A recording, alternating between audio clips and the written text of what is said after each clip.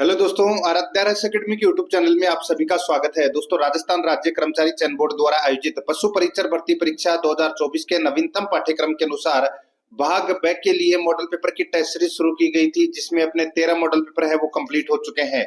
दोस्तों, इस model paper की टेस्ट सीरीज में आपको पशुपालन से संबंधित महत्वपूर्ण प्रश्न है वो देखने को मिलेंगे। कुल 40 प्रश्न इसमें शामिल किए गए हैं और हूबहू आपको ऐसा ही पेपर है वो परीक्षा में देखने को मिलेगा। दोस्तों, 40 में से 40 सही करना आपका टारगेट होना चाहिए। परीक्षा के अंदर 40 से 50 प्रश्न हैं वो पशुपालन से संबंधित पूछे जाएंगे और यही प्रश्न है वो दोस्तों आपको परीक्षा में पास करवाएंगे। ये आपको इसमें विशेष तौर पर याद रखना है। अगर आपने पिछले 13 मॉडल पेपरों का अगर टेस्ट नहीं दिया है तो आप प्ले लिस्ट में जाइए, वहां पे आपको फोल्डर मिल जाएगा पशु परीक्षर भाग ब मॉडल पेपर के नाम से, वहां फोल्डर बना हुआ है। तो आप वहां जाकर पिछले मॉडल पेपरों का टेस्ट है वो अवश्य दें और आराध्या एकेडमी के यूट्यूब चैनल को सब्सक्राइब जरूर करें, बेल आइकन को दबाएं, वीडियो को लाइक और अपने दोस्तों के पास में शेयर जरूर करें। तो चलिए दोस्तों, शुरू करते हैं आज का अपना इसमें पहला प्रश्न। इसमें देखिए, भारत में कौन सा चरवाहा समुदाय अरुणाचल प्रदेश में पाया जाता है? बताइए, कौन सा चरवाहा समुदाय अरुणाचल प्रदेश में पाया जाता है? दोस्तों, यहाँ पर देखिए मोनपा, मोनपा इसका राइट आंसर हो जाएगा। मोनपा चरवाहा समुदाय अरुणाचल प्रदेश में पाया जाता है। अब ये गुज्जर बकरवाल यहाँ पर दे रखा है, तो दोस्तों गुज्जर बकरवाल J&K में यानी कि जम्मू एंड कश्मीर में ये दोस्तों गुज्जर बकरवाल ये चरवाहा समुदाय पाया जाता है। ठीक है। और दोस्तों गद्दी, गद्दी ये दोस्तों हिमाचल प्रदेश, यहाँ पर आपको याद रखना है दोस्तों, HP लिख देता हूं मैं यहाँ पे। ठीक है, हिमाचल प्रदेश में ये गद्दी चरवाहा समुदाय है वो पाया जाता है। ठीक है। और रायका, रायका जो चरवाहा समुदाय है ये दोस्तों राजस्थान में है। ठीक है, ये आपको इसमें याद रखना है। तो यहाँ पर अपना इसमें राइट आंसर क्या हो जाएगा? ए नंबर का ऑप्शन बिल्कुल सही। राजस्थान में रायका, ये आपको इसमें याद रखना है। और मोनपा है अरुणाचल प्रदेश में। ए नंबर ऑप्शन बिल्कुल सही। आगे देखिए, यहाँ पे सेकंड नंबर का प्रश्न है, 4 सप्ताह के उम्र के चूजों को पालना क्या कहलाता है? 4 सप्ताह के उम्र के चूजों को पालना क्या कहते हैं उसे? तो दोस्तों उसको बोलते हैं, क्या बोलते हैं दोस्तों? उसको ब्रूडिंग बोलते हैं। क्या बोलते हैं? ब्रूडिंग। तो यहाँ पर ए नंबर का ऑप्शन बिल्कुल सही उत्तर हो जाएगा, ब्रूडिंग। याद रखना, 1 दिन से लेकर 4 सप्ताह तक की आयु को चूजों को पालने की जो प्रक्रिया है उसको ब्रूडिंग कहते हैं। और 4 से 8 सप्ताह तक की उम्र के चूजों को पालने की प्रक्रिया है वो रियरिंग कहलाती है। ठीक है, ये भी आपको इसमें याद रखना है। ये 4 सप्ताह तक और ये 4 से 8 सप्ताह तक। ठीक है, ये आपको इसमें याद रखना है। तो यहाँ पर अपना इसमें राइट आंसर ए नंबर का ऑप्शन बिल्कुल सही। आगे देखिए, यहाँ पे 3 नंबर का प्रश्न है, मुर्रा नस्ल जो हरियाणा में काला सोना के नाम से जानी जाती है। बताइए, मुर्रा नस्ल जो हरियाणा में काला सोना के नाम से जानी जाती है तो वो कौन सी नस्ल है? दोस्तों ये भैंस की नस्ल है, आप सभी को पता है। ये पालतू भैंस की एक प्रजाति है और जो दूध उत्पादन के लिए पाई जाती है ये। और दोस्तों ये इसे काला सोना भी कहते हैं और इसके जो सींग होते हैं वो जलेबी आकार के जैसे दोस्तों गुंडीदार होते हैं। ठीक है, तो यहाँ पर अपना इसमें राइट आंसर हो जाएगा बी नंबर ऑप्शन बिल्कुल सही हो जाएगा इसमें। ठीक है, नेक्स्ट आगे देखिए, यहाँ पे निम्न में से किसका कण आकार दूध में सबसे बड़ा होता है? बताइए दोस्तों, निम्न में से किसका कण आकार दूध में सबसे बड़ा होता है? तो इसका राइट आंसर हो जाएगा दोस्तों, वो है इसमें देखिए वसा ग्लोब्यूल, वसा ग्लोब्यूल। तो यहाँ पर डी नंबर का जो ऑप्शन है वो इसका बिल्कुल सही उत्तर इसमें हो जाएगा। दोस्तों याद रखना, दूध में सबसे बड़ा आकार वसा ग्लोब्यूल का होता है। तो यहाँ पर इसमें सही उत्तर हो जाएगा डी नंबर ऑप्शन बिल्कुल सही। आगे देखिए, 5 नंबर का प्रश्न है, शुद्ध रक्त का कौन सी सिरा परिवहन करती है? बताइए, शुद्ध रक्त का कौन सी सिरा परिवहन करती है?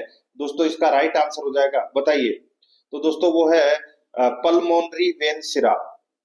पल्मोनरी वेन सिरा है, ये शुद्ध रक्त का परिवहन करती है। राइट आंसर हो जाएगा यहाँ पर बी नंबर का ऑप्शन बिल्कुल सही उत्तर इसमें हो जाएगा, याद रखना है। ठीक है, सिराएं अशुद्ध रक्त को हृदय तक पहुंचाती है दोस्तों। और मैं आपको बताऊं, धमनियां रक्त को हृदय से विभिन्न अंगों तक पहुंचाती है। और फिर उसके बाद में जो पल्मोनरी वेन शिरा है, ये शुद्ध रक्त का परिवहन करती है। ये आपको इसमें याद रखना है, शुद्ध रक्त का परिवहन पल्मोनरी वेन शिराएं करती है।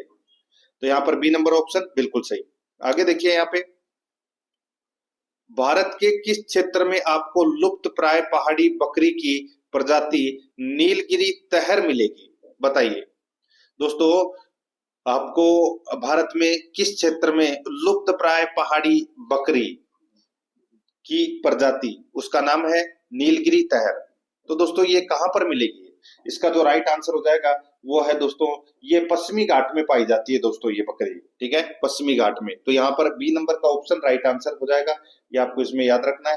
ये तमिलनाडु और कर्नाटक की नीलगिरी की पहाड़ियों में आपको ये देखने को मिलेगी, ठीक है। राइट आंसर इसमें बी नंबर ऑप्शन सही उत्तर। 7 नंबर का प्रश्न इसमें देखिए, गर्बर टेस्ट का उपयोग किया जाता है।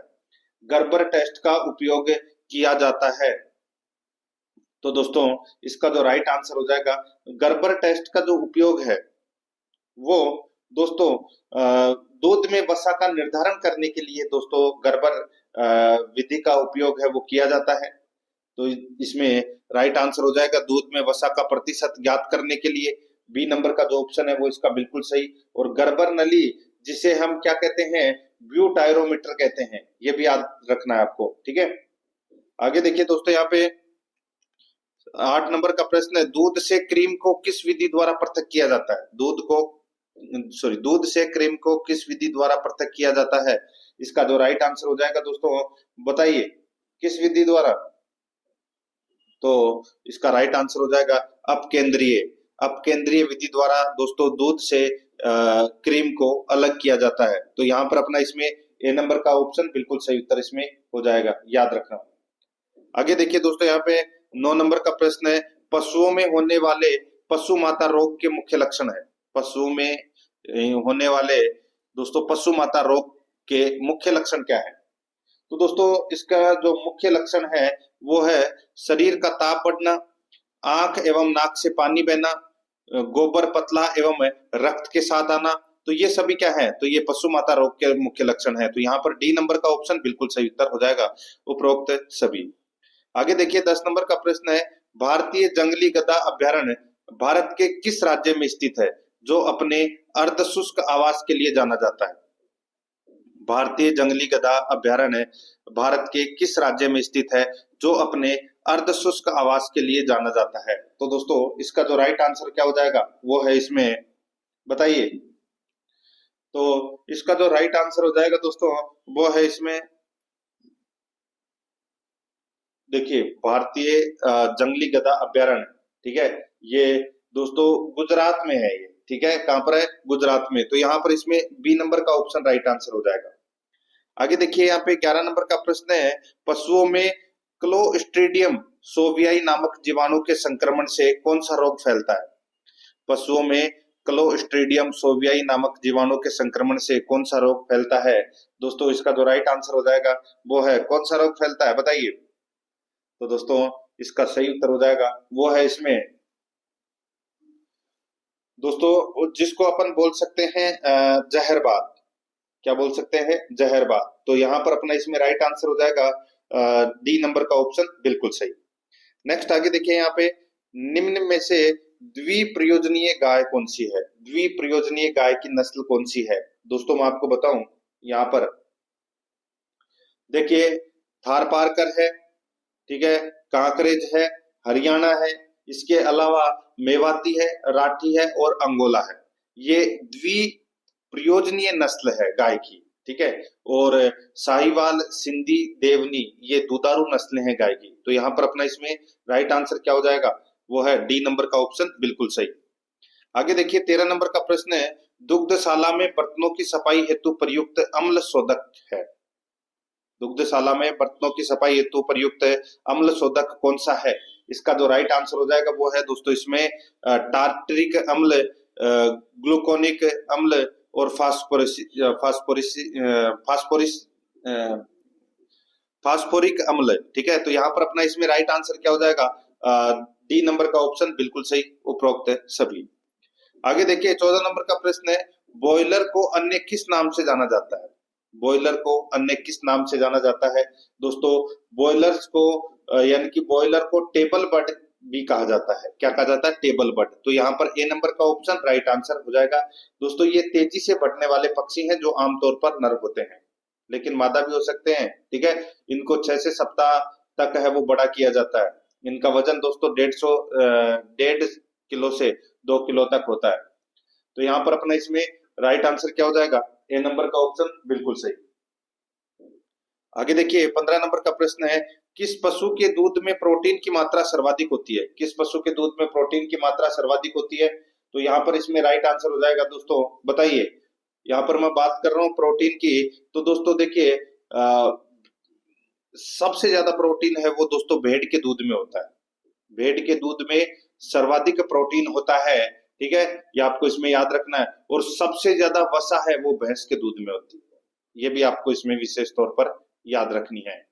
ठीक है, सबसे ज्यादा वसा प्रतिशत तो भैंस के दूध में होती है। और प्रोटीन की मात्रा की मैं बात करूं तो दोस्तों प्रोटीन होता है भेड़ के दूध में। तो यहाँ पर डी नंबर का ऑप्शन बिल्कुल सही उत्तर हो जाएगा। आगे देखिए 16 नंबर का प्रश्न है, निम्न में से कौन सी भेड़ की नस्ल चोकला तथा रेम्बुले मेरिनो के संकरण से विकसित की गई? निम्न में से कौन सी भेड़ की नस्ल चोकला तथा रेम्बुले मेरिनो के संकरण से विकसित की गई है? दोस्तों इसका राइट आंसर हो जाएगा, वो है, उसका नाम है दोस्तों अविवस्त। क्या है? अविवस्त। राइट आंसर हो जाएगा यहाँ पे ए नंबर का ऑप्शन बिल्कुल सही उत्तर हो जाएगा इसमें। ठीक है, याद रखना। आगे देखिए यहाँ पे 17 नंबर का प्रश्न है, गाय की किस नस्ल के मादा का भार 380 से 450 किलो होता है? गाय की किस नस्ल के मादा का भार 380 से 450 किलो होता है? दोस्तों इसका जो राइट आंसर हो जाएगा वो है इसमें कौन सा, बताइए। तो दोस्तों इसका 380 से 450 किलो। तो दोस्तों ये गिर का भार होता है, गिर नस्ल की गाय का। यहाँ पर ए नंबर का ऑप्शन बिल्कुल सही उत्तर हो जाएगा। क्या पहचान है गिर नस्ल की? तो दोस्तों इसके पशुओं का जो रंग है वो लाल सफेद, जिस पर काले कत्थई व सफेद धब्बे होते हैं, वो होती है दोस्तों गिर नस्ल की गाय। ठीक है, और इनके जो नर का जो भार होता है वो दोस्तों 550 से 650 किग्रा तक होता है इनका भार। ठीक है, और गाय का भार होता है गिर गाय का, वो होता है 380 से 450 किलो। राइट आंसर हो जाएगा यहाँ पे ए नंबर ऑप्शन सही उत्तर। आगे देखिए, एक सांड के वीर्य को कृत्रिम गर्भाधान हेतु रखना चाहिए, तो इसका राइट आंसर हो जाएगा वो है तरल नाइट्रोजन में। तो इसका राइट आंसर हो जाएगा सी नंबर का ऑप्शन बिल्कुल सही, तरल नाइट्रोजन में। 19 नंबर का प्रश्न इसमें देखिए, निम्नलिखित में से कौन पोल्ट्री फार्म प्रबंधन का एक महत्वपूर्ण घटक नहीं है?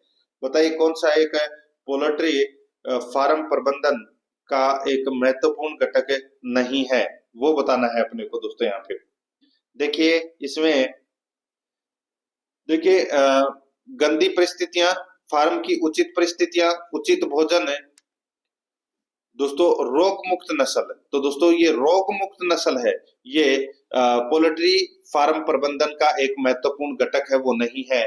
तो यहाँ पर अपना इसमें राइट आंसर क्या हो जाएगा? डी नंबर का जो ऑप्शन है वो इसका बिल्कुल सही उत्तर इसमें हो जाएगा, याद रखना। ठीक है, आगे देखिए दोस्तों यहाँ पे 20 नंबर का प्रश्न है, भारत में कौन सा वन्यजीव अभयारण्य भारतीय बाइसन यानी कि गौर के निवास स्थान के रूप में प्रसिद्ध है?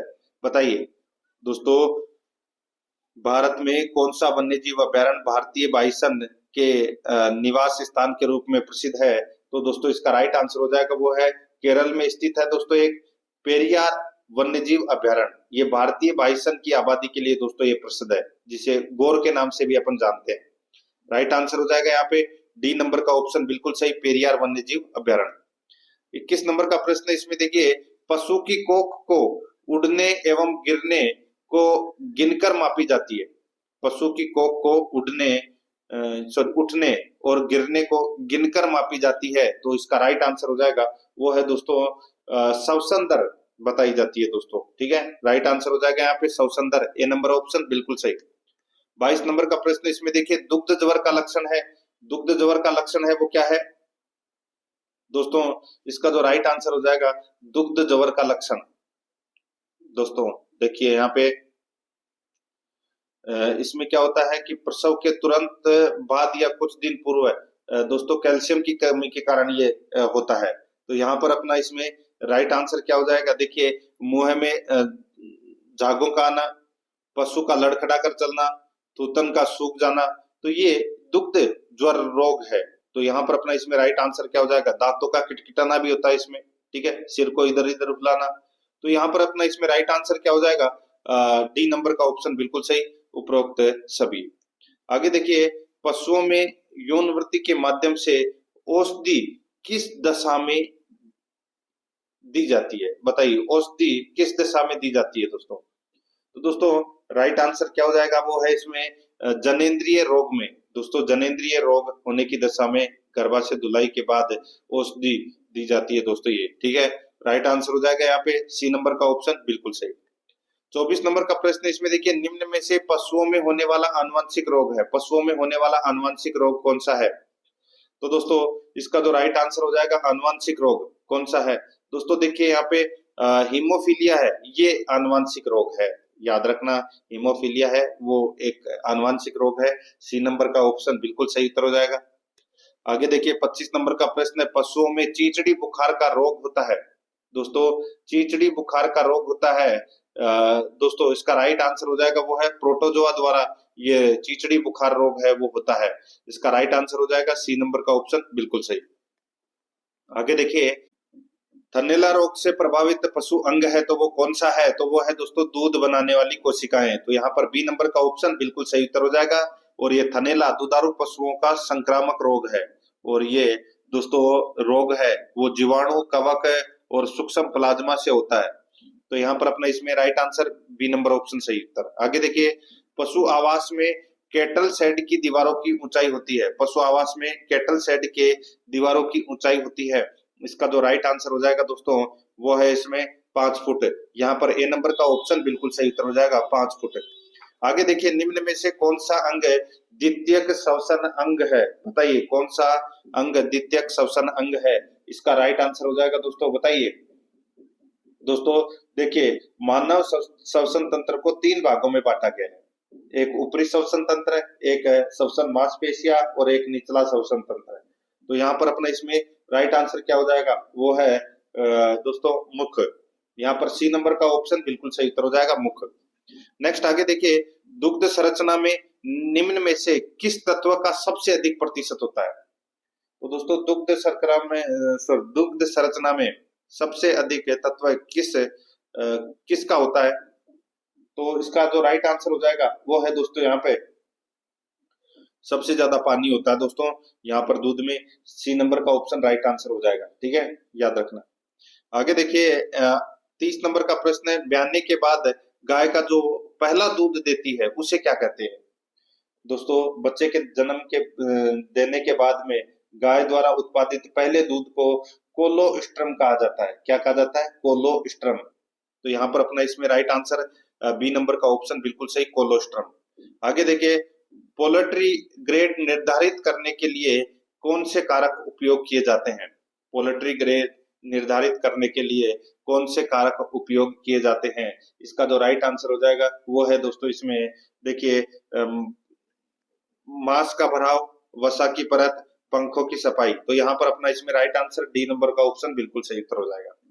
आगे देखिए, भैंस के दूध में पानी का प्रतिशत होता है। तो दोस्तों भैंस के दूध में पानी का प्रतिशत है 80 से 85% होता है दोस्तों, ठीक है, 80 से 85% पानी होता है।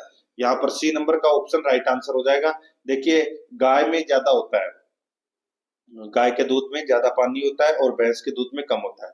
तो भैंस के दूध में एवरेज 82.76% होता है। तो यहाँ पर अपना सी नंबर ऑप्शन बिल्कुल सही। आगे देखिए, किस कोशिकांग को कोशिका का मास्टर कहा जाता है। कोशिका का मास्टर है वो किसको कहा जाता है। दोस्तों इसका राइट आंसर हो जाएगा नाभिक को। डी नंबर का ऑप्शन बिल्कुल सही उत्तर हो जाएगा। 34 नंबर का प्रश्न है, गाय या भैंस के प्रसव के तुरंत बाद का प्रथम दूध है वो कहलाता है। तो उसको दोस्तों खीस बोलते हैं, खीस। यहाँ पर ए नंबर का ऑप्शन बिल्कुल सही, खीस। नेक्स्ट आगे देखिए 35 नंबर का प्रश्न है, मादा पशुओं की प्रसूति पीड़ा कम करने के लिए प्रयोग करते हैं? तो दोस्तों अल्कोहल पिलाया जाता है दोस्तों, अल्कोहल पिलाया जाता है। ठीक है, राइट आंसर यहाँ पे ए नंबर ऑप्शन बिल्कुल सही। आगे देखिए दोस्तों, यहाँ पे जाइगोमेटिक लार ग्रंथि किस में पाई जाती है? जाइगोमेटिक लार ग्रंथि किस में पाई जाती है? तो दोस्तों इसका राइट आंसर हो जाएगा ये कुत्ते की लार ग्रंथि कहलाती है दोस्तों, ये जाइगोमेटिक। तो यहाँ पर अपना इसमें राइट आंसर हो जाएगा ए नंबर का ऑप्शन बिल्कुल सही। आगे देखिए, विश्व के ऊंटों में सबसे सुंदर नस्ल है, विश्व के ऊंटों में सबसे सुंदर नस्ल है, तो वो कौन सी है? दोस्तों इसका जो राइट आंसर हो जाएगा वो है इसमें कौन सी? तो वो है बीकानेरी ऊंट की नस्ल है, वो विश्व में ऊंटों की सबसे सुंदर नस्ल है। तो यहाँ पर बी नंबर ऑप्शन बिल्कुल सही। आगे देखिए, मादा के ताव यानी कि गर्मी आने पर अधिक सक्रिय एवं प्रभावशाली होने वाला हार्मोन है, तो वो कौन सा है? दोस्तों इसका जो राइट आंसर हो जाएगा वो हार्मोन है दोस्तों कौन सा? तो वो है इस्ट्रोजन, इस्ट्रोजन हार्मोन है दोस्तों। डी नंबर का ऑप्शन बिल्कुल सही उत्तर हो जाएगा, इस्ट्रोजन। नेक्स्ट आगे देखिए, 39 नंबर का प्रश्न है, ब्लैक डायमंड कहा जाता है। ब्लैक डायमंड किसको कहा जाता है? तो दोस्तों भैंस को वैज्ञानिकों ने ब्लैक डायमंड की संज्ञा दी है। राइट आंसर हो जाएगा यहाँ पे सी नंबर का ऑप्शन बिल्कुल सही। नेक्स्ट आगे देखिए, यहाँ पे बोरान चरवाहा समुदाय किस देश में पाया जाता है? दोस्तों बोरान चरवाहा समुदाय किस देश में पाया जाता है? राइट आंसर हो जाएगा दोस्तों ये कीनिया में पाया जाता है दोस्तों, मुख्य रूप से। तो यहाँ पर सी नंबर का ऑप्शन बिल्कुल सही, कीनिया में। तो दोस्तों इसी के साथ मैंने आपको ये जो 14 नंबर का मॉडल पेपर है वो कंप्लीट करवा दिया है भाग ब के लिए, पशुपालन से संबंधित। और अगर आपने पिछली क्लास नहीं देखी है तो वो जरूर देखें, और आराध्या रस अकेडमी के यूट्यूब चैनल को सब्सक्राइब जरूर करें, बेल आइकन को दबाएं, वीडियो को लाइक और अपने दोस्तों के पास में शेयर जरूर करें। मिलते हैं दोस्तों नेक्स्ट क्लास में। जय हिंद, जय भारत।